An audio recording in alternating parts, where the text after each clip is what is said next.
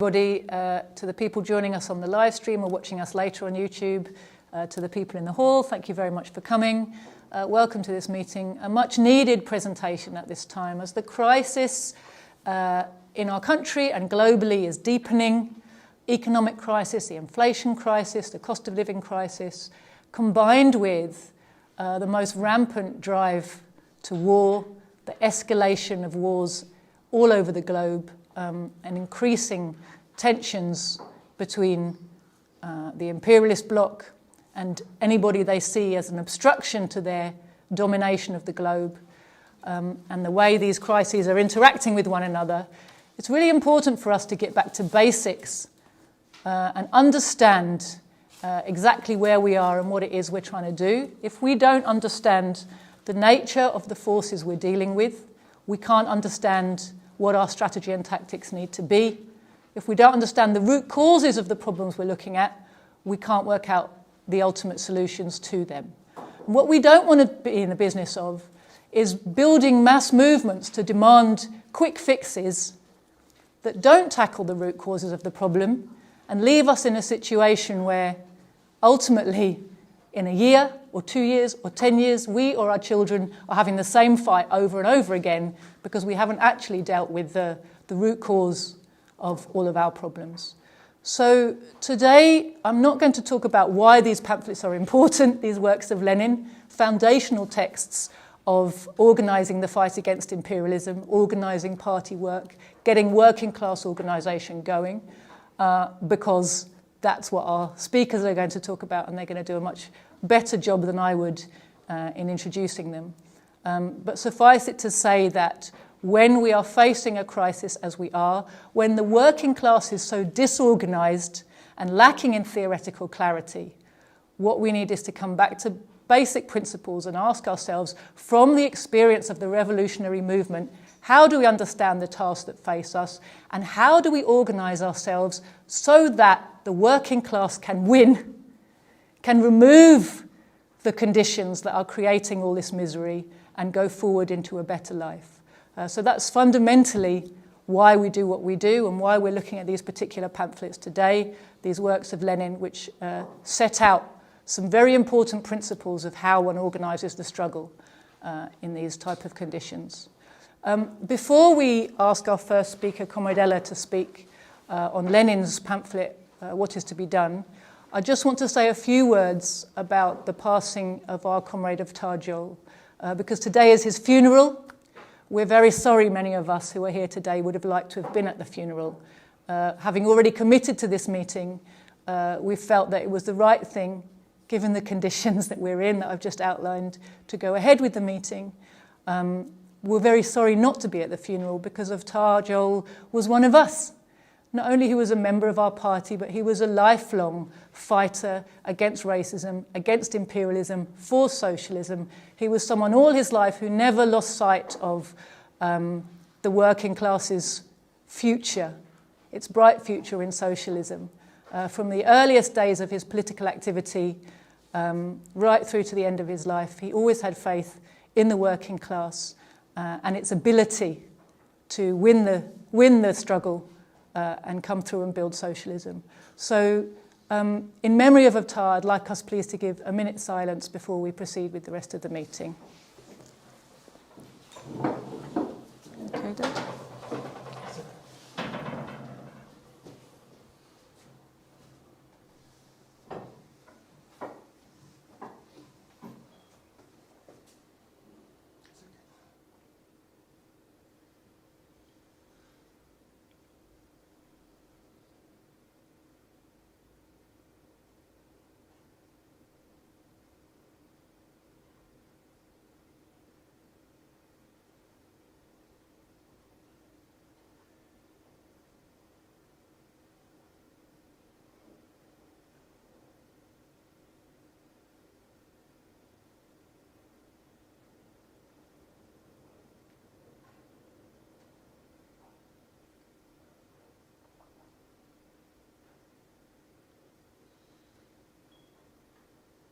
Thank you, comrades.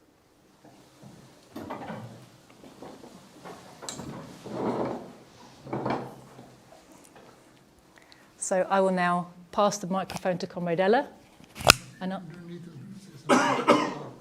ask her to introduce her topic, which is Lenin's pamphlet, What is to be done? Thanks, Ella. Thank you. Right, well, the main thrust of Lenin's pamphlet, What is to be done, is to define in broad terms how revolutionaries should do their work if they want to succeed in mobilizing the masses of the people for proletarian revolution.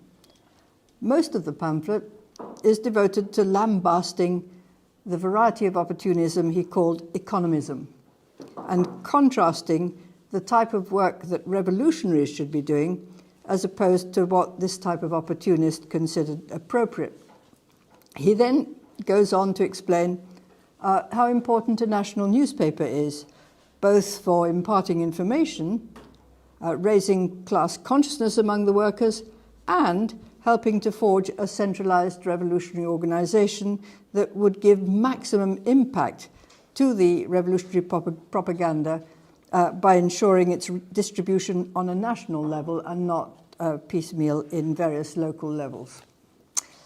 Revolutions are made by the oppressed masses, not by leadership organizations isolated from the people. Obviously, the masses to such a huge extent outnumber the exploiters that the exploiters would stand no chance at all if the masses turned on them. So what prevents the working class from doing so? Fundamentally, it's a lack of understanding of what needs to be done and of the fact that together they have the means to do it. The first job that must be tackled is disseminating the necessary understanding, while at the same time building up a strong and efficient mechanism for organizing the revolution when the masses are ready, and that organization is the party. Now, this isn't an easy job at all. It requires all party cadres to acquire high levels of political understanding themselves in order to be able to spread that understanding as widely as possible to others. Indeed, it's in the course of working to spread the understanding to others that one's able to identify gaps in one's own understanding, which we strive to close so that we're in future able to answer workers' questions and respond correctly to their doubts.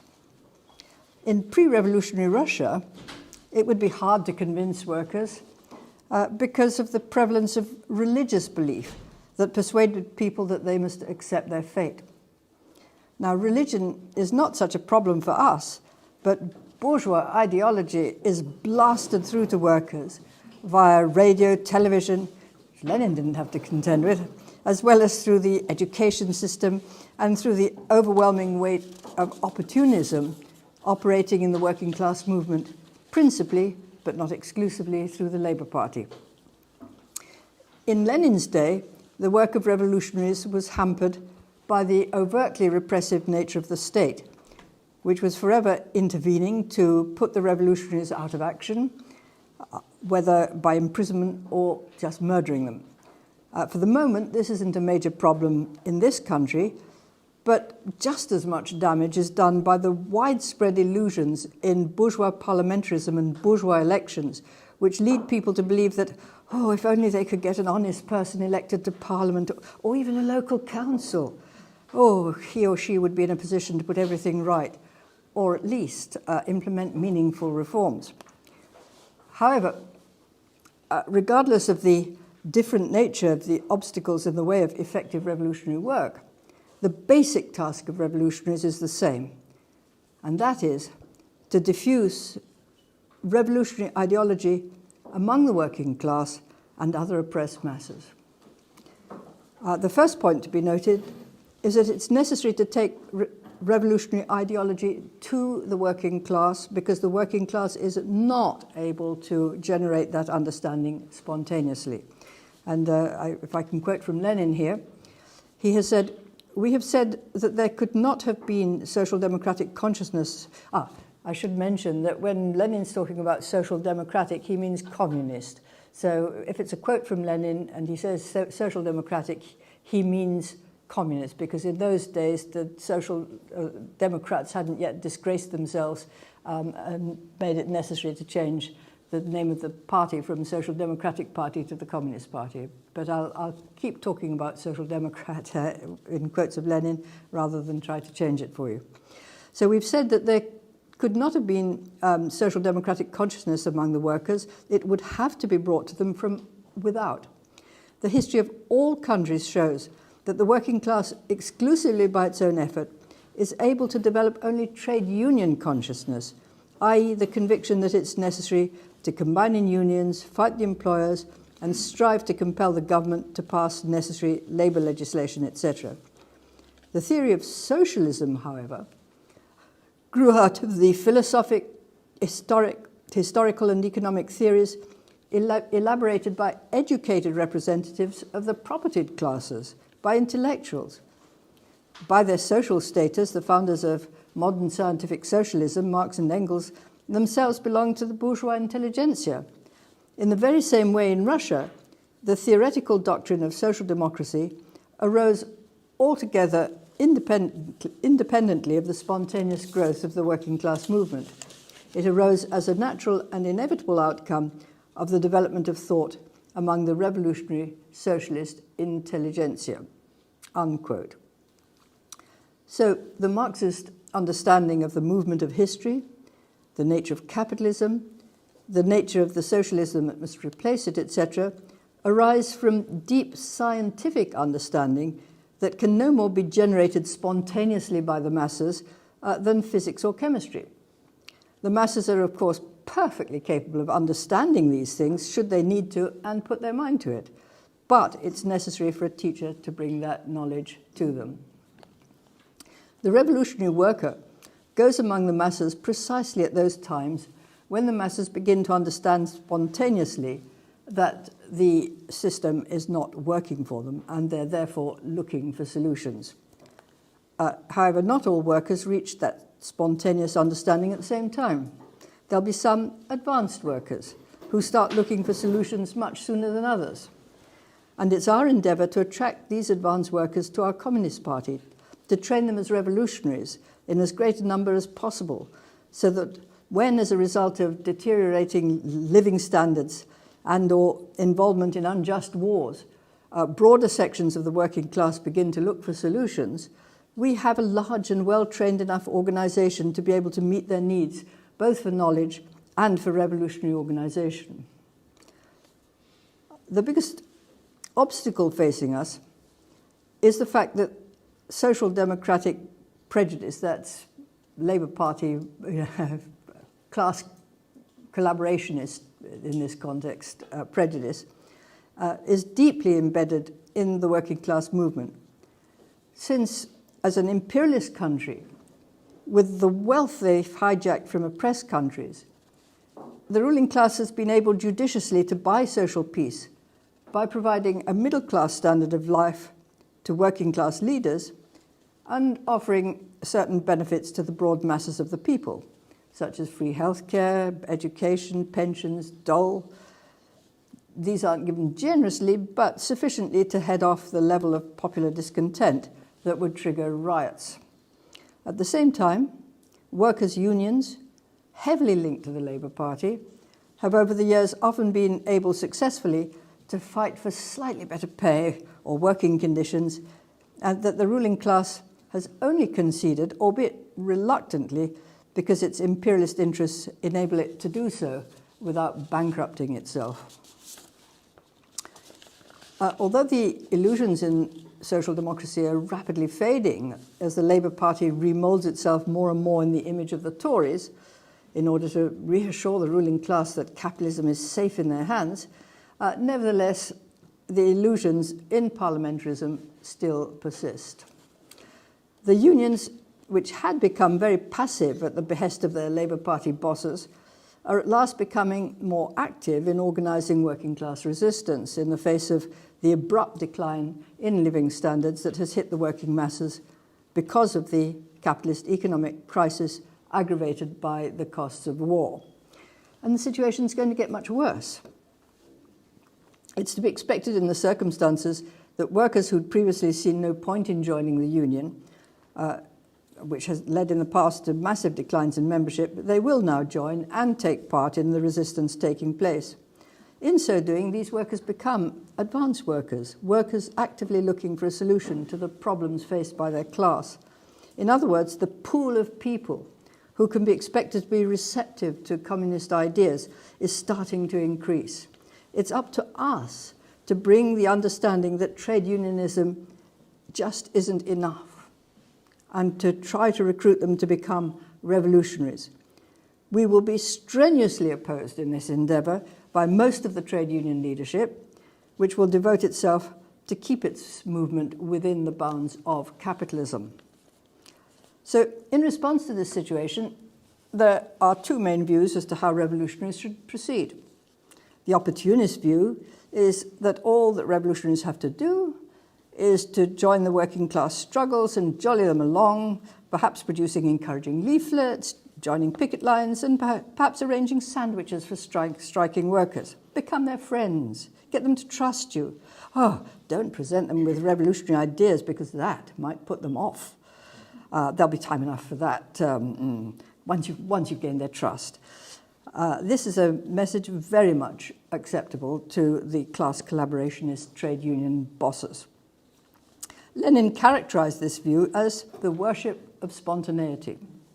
And he was moved to point out that, quotes again, all worship of the spontaneity of the working class movement, all belittling of the conscious element of the role of social democracy means, quite independently of whether he who belittles that role desired it or not, a strengthening of the influence of bourgeois ideology upon workers. All those who talk about overrating the importance of ideology, about exaggerating the role of the conscious element, etc., imagine that the Labour Party, pure and simple, can elaborate and will elaborate an independent ideology for itself. But this is a profound mistake, unquote. The revolutionary view is that you join picket lines primarily to introduce revolutionary politics to the people who need them. It's not so much you these people need as the ideology you bring with you. The last thing you should do is to try to hide it or postpone talking about it until some indefinite future date. What you are bringing to the picket line, or any other gathering of workers looking for solutions, is, of course, theory. And as Lenin never tired of saying, without revolutionary theory, there can be no revolutionary movement. It's of necessity theory because it's not present practice. The present practice can't produce good results. Therefore, a theory needs to be introduced as to how the present practice needs to be changed. You know, one needs to know nothing about how a car works as long as one can drive it. I mean, that was me all my life. But what happens when it breaks down? This is when a theory is necessary on what should be done to repair it. And of course, only a scientific theory from someone who is familiar with how a car works will be of any use. In the same way, in our broken down capitalist society, theory is needed to find the way out. But not any theory put forward by opinionated ignoramus, but a scientific theory based on deep knowledge of the laws of development of human society as developed by Marx and his followers. It therefore behoves all members of a revolutionary party to make every effort to master scientific socialist theory. This is a pretty tall order. It means learning philosophy, economics, world history, sociology, as well as politics, and applying one's learning to the changing realities of the world we live in and the class struggle, while all the time striving to pass on one's understanding to others. This demands redoubled efforts in every field of struggle and agitation. In particular, it'll be the duty of the leaders to gain an ever clearer insight into all theoretical questions, to free themselves more and more from the influence of traditional phrases. This is a quote from Engels, I should have said. I didn't. So in order to pass on one's understanding to others, Engels says, this demands redoubled efforts in every field of struggle and agitation. In particular, it'll be the duty of the leaders to gain an ever clearer insight into all theoretical questions, to free themselves more and more from the influence of traditional phrases inherited from the old world outlook, and constantly to keep in mind that socialism, since it's become a science, demands that it be pursued as a science, i.e. that it be studied. The task will be to spread with increased zeal among the masses of the workers the ever more clarified understanding thus acquired, to knit together ever more firmly the organisation both of the party and of the trade unions. And that was Engels' Peasant War in Germany.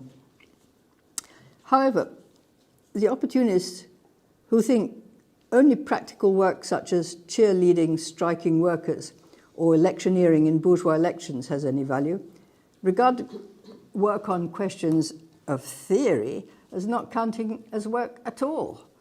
There are people who, in Lenin's words, cannot pronounce the word theoretician without a sneer, who describe their genuflections to common lack of training and backwardness as a sense for the realities of life, and thereby reveal in practice a failure to understand our most imperative practical task. And that was the words of Lenin. Well, we've all met people like that, haven't we? While it's of course true that theoretical work that's not combined with practical work of spreading understanding to the widest possible extent is useless, it's also the case that practical work devoid of revolutionary content is just as useless. As the well-known psychologist Kurt Lewin once said, there's nothing so practical as a good theory. Anyway, a favourite trick of the opportunists who seek to suppress the expression of the revolutionary Marxist ideology is to claim that their literature that limits itself to applauding the spontaneous resistance of the masses amounts to agitation, while what the revolutionaries are seeking to do is all propaganda, which of course consistently goes beyond the interests of what ordinary workers are interested in. Lenin was at pains to point out that this opportunist definition of agitation and propaganda, respectively, is totally false.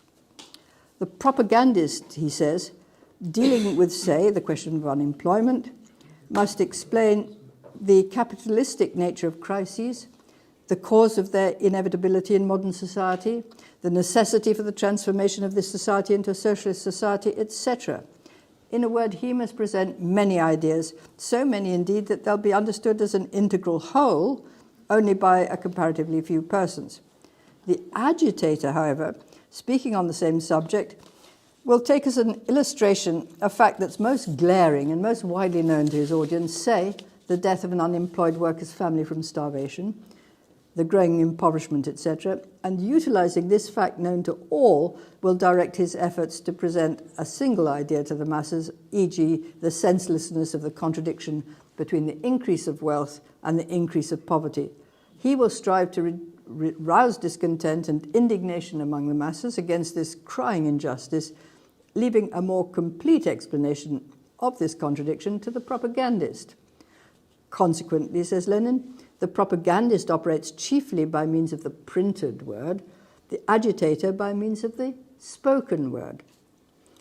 So in contrast to this, the economists against whom Lenin was writing in What's to Be Done opposed the tasks of political propaganda and political agitation because, quotes, these force into the background the task of presenting to the government concrete demands for legislative and administrative measures that promise certain palpable results, i.e. demands for social reforms, unquote.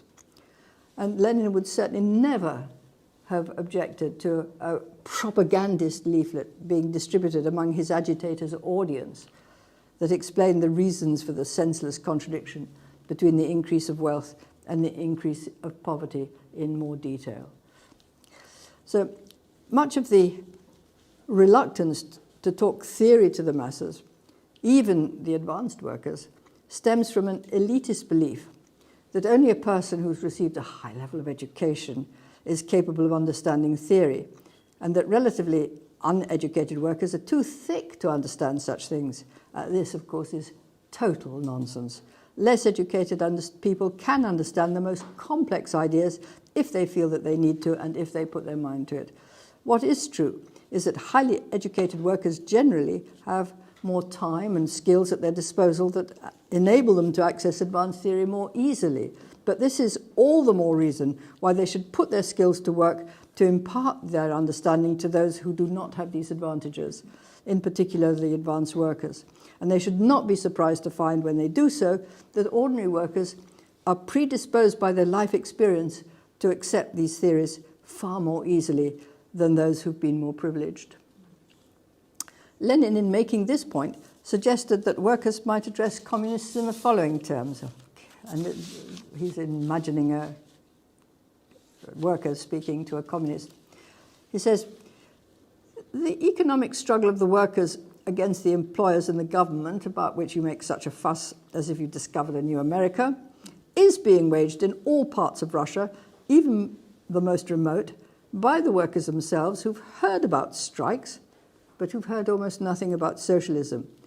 The activity you want to stimulate among us workers by advancing concrete demands that promise palpable results, we're already displaying. And in our everyday limited trade union work, we put forward these concrete demands very often without any assistance whatever from the intellectuals.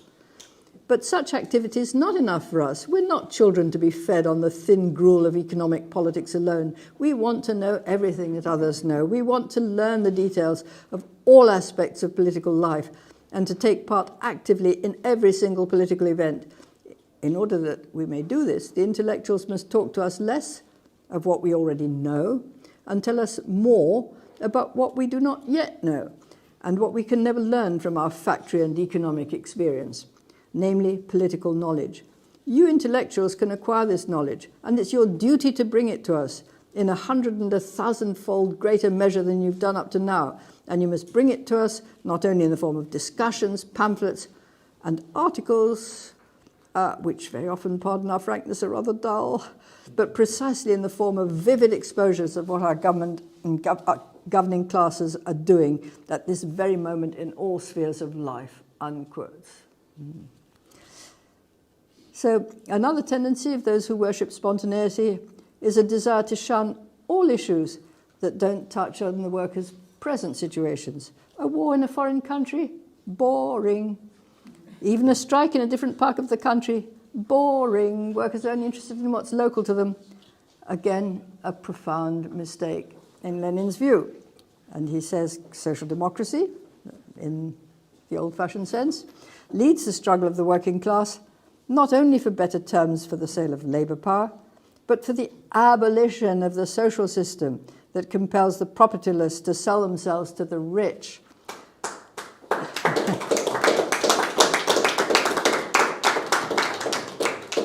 He goes on, social democracy represents the working class not in its relation to a given group of employers alone, but in its relation to all classes of modern society and to the state as an organized political force. Hence it follows that not only must social democrats not confine themselves exclusively to economic struggle, but they must not allow the organization of economic exposures to become the predominant part of their activities. We must take up actively the political education of the working class and the development of its political consciousness, unquote. And another quote, though, let us take the type of social democratic social study circle that's become most widespread in the past few years, that's in Russia, and examine its work. It has contacts with the workers and rests content with this, issuing leaflets in which abuses in the factories, the government's partiality towards the capitalists, and the tyranny of the police are strongly condemned. At workers' meetings, the discussions never, or rarely ever, go beyond the limits of these subjects. Extremely rare are the lectures and discussions held on the history of the revolutionary movement, on questions of the government's home and foreign policy, on questions of the economic evolution of Russia and of Europe, on the position of the various classes in modern society, etc. As to systematically acquiring and extending contact with other classes of society, no one even dreams of that.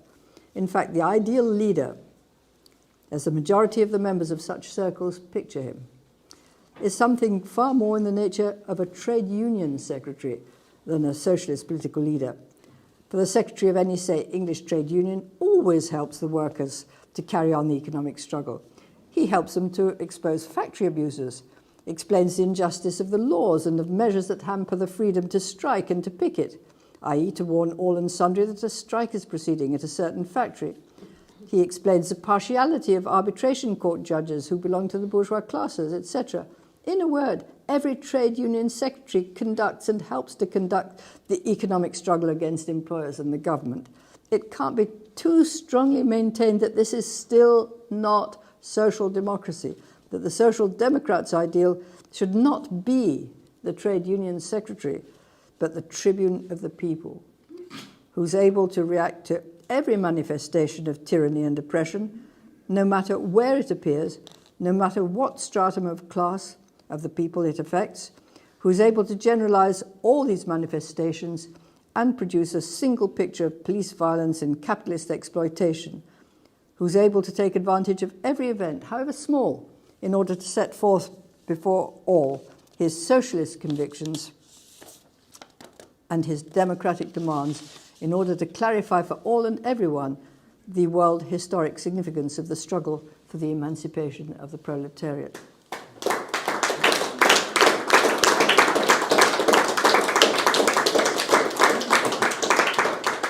I haven't finished yet. Yeah, he was good.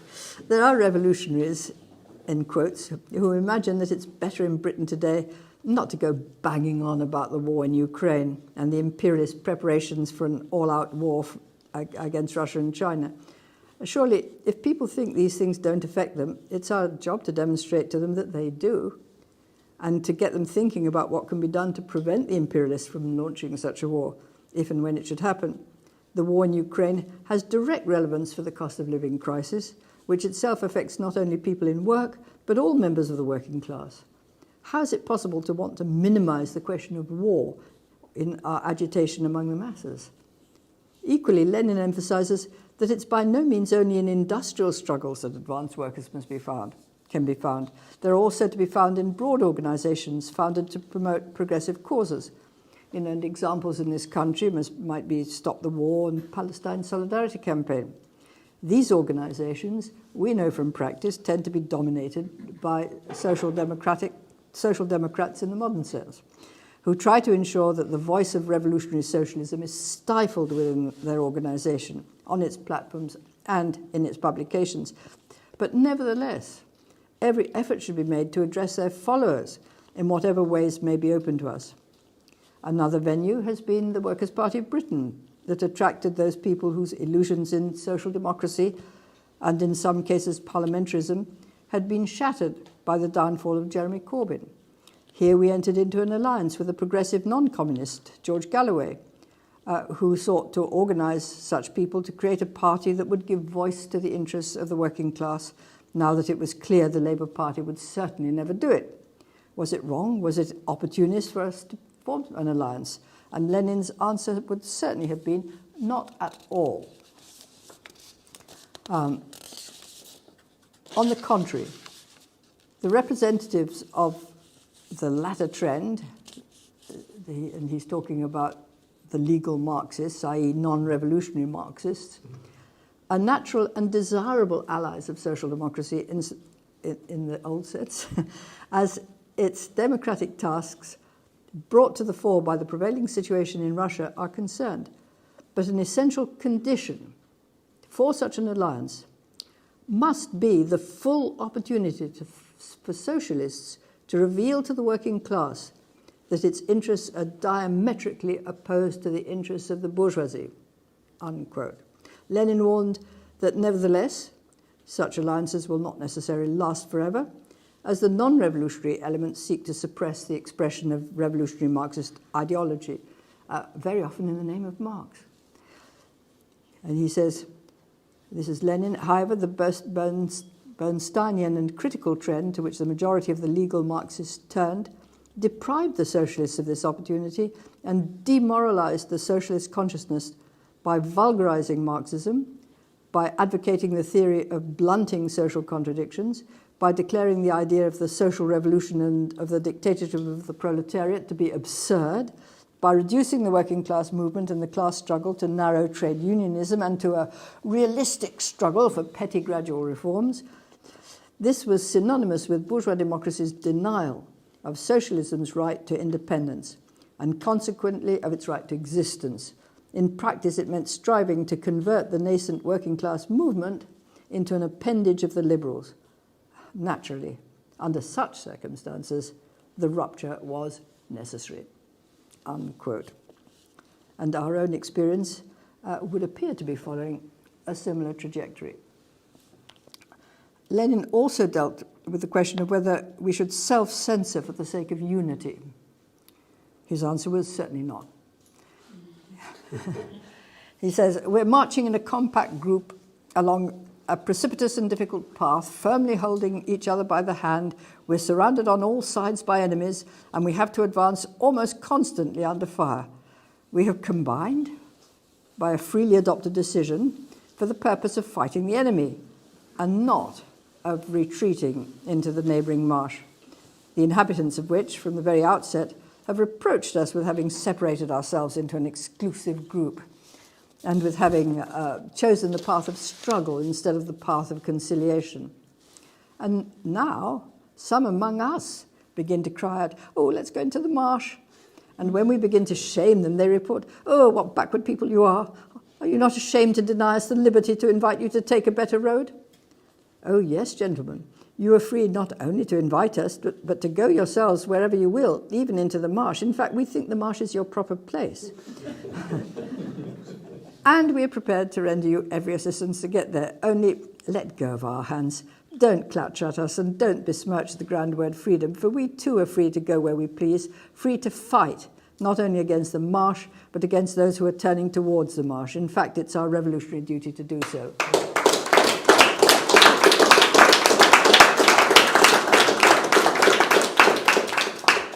So the overwhelming majority in our party who have refused to be dragged into the marsh of opportunism have been roundly condemned as destroying the party as a result of their dyed-in-the-wool, antiquated ideas, just as Lenin himself was slandered by opportunists in his day. Dogmatism, doctrinarism, ossification of the party, the inevitable retribution that follows the violent straight-lacing of thought. These are the enemies against whom the opportunists like to claim they're fighting. It would seem our party's in good company. There are a million exposures to be made about the iniquities that the capitalist system inflicts on the working class, and all of them need to be exploited for the purpose of raising the class consciousness of the workers to the point that they not only understand that capitalism must go, but in addition are prepared to do what it takes to force it out. One of the best vehicles for such exposures is the party newspaper, which needs to be made available all over the country. Lenin stressed the great importance of an all-Russian newspaper for the purpose of putting the whole picture of the rottenness of Tsarism before the Russian people. It was also a means of avoiding duplication of effort, something very important as the party is relatively small, as it was produced at a single centre so that the necessary research didn't have to be done over and over again at different centres, and expertise could be pooled to great effect. Of course, dissemination of the newspaper is an important element of practical work that in our party was seriously curtailed by the pandemic, but which is now restarting in earnest. Of course, we do have a presence on the internet and on social media, resources obviously not available to Lenin, but the advantage of the newspaper is that it demands real-life contact with real people with whom discussions can be held, enabling the vendor to learn more about the concerns of ordinary workers while at the same time addressing those concerns and putting them in the context of the class struggle. Notwithstanding the tremendous advantages that have been made since Lenin's day in the field and mode of communication, the importance of a single nationwide party newspaper can't be exaggerated. Such a newspaper performs the role of a propagandist, an agitator, and to a certain extent, as an organizer. A party can only cast out of the window a central organ at its peril. So Lenin is saying to us, get out there and sell your newspapers. Talk to the people as you do so. Make contacts among the masses. Encourage people to join your study classes and draw them closer to the party. this highly practical work is appropriate at all times. Thank you.